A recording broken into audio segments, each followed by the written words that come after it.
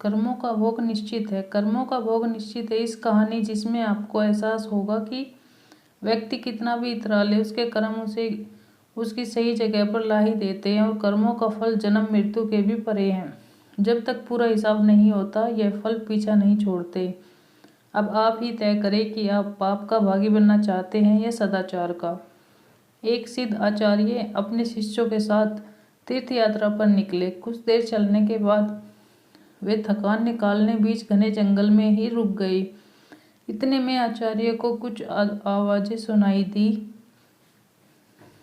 ध्यान से सुनने पर आचार्य को समझ आया कि यह कुछ लोगों के रोने की आवाज़ है। उन्होंने शिष्यों को बोला, बालकों सुनो, ये आवाज़ें कहाँ से आ रही है।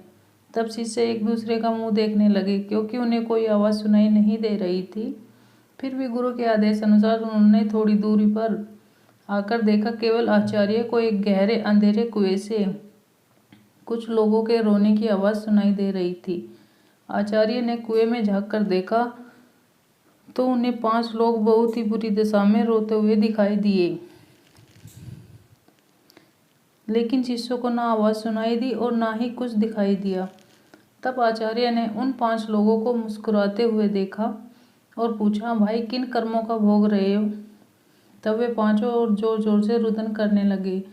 तब आचार्य ने शिष्यों को बताया, वहाँ 5 प्रेत आत्माएं हैं। यह सुनकर शिष्य डर गए। तब आचार्य बोले, बालकों डरो नहीं, तुम सभी इनसे ज़्यादा शक्तिमान हो, क्योंकि तुम सब कर्मों से महान हो और ये सभी आज अपनी पिछली करनी का भोग भोग रहे हैं।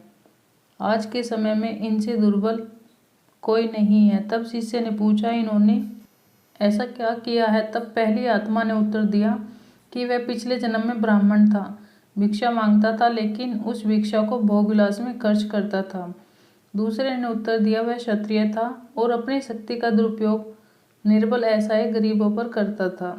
तीसरे ने उत्तर दिया कि वो बनिया था, बस खुद के फायदे की सोचता था और हमेशा मिलावट करके सामान बेचता था, जिस कारण कई लोग मारे गए। चौथे ने उत्तर दिया, वह शूद्र था, बहुत आलसी और जिम्मेदारी से भागता था, अपने माता पिता को पीटता था और दिन रात नशा करता था।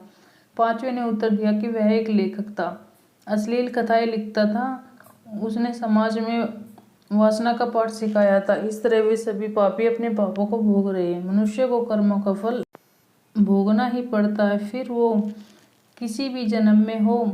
कहते हैं जिस तरह ईश्वर है वैसे ही भूत भी होते हैं, लेकिन वे जितने दुर्बल होते हैं उतना कोई नहीं, जितने कष्ट में वे होते हैं उतना कोई नहीं, वे अपनी करने का भोग करते हैं। क्षण की विलासिता कई जन्मों का डर बन जाती है। व्यक्ति कितना भी इतरा जाए, नियति उसके कर्मों का हिसाब रखती ही है। इसलिए सदैव सदाचार सद्मार्ग पर चले। अगर गलती हुई भी है तो उसे सुधारे। धन्यवाद।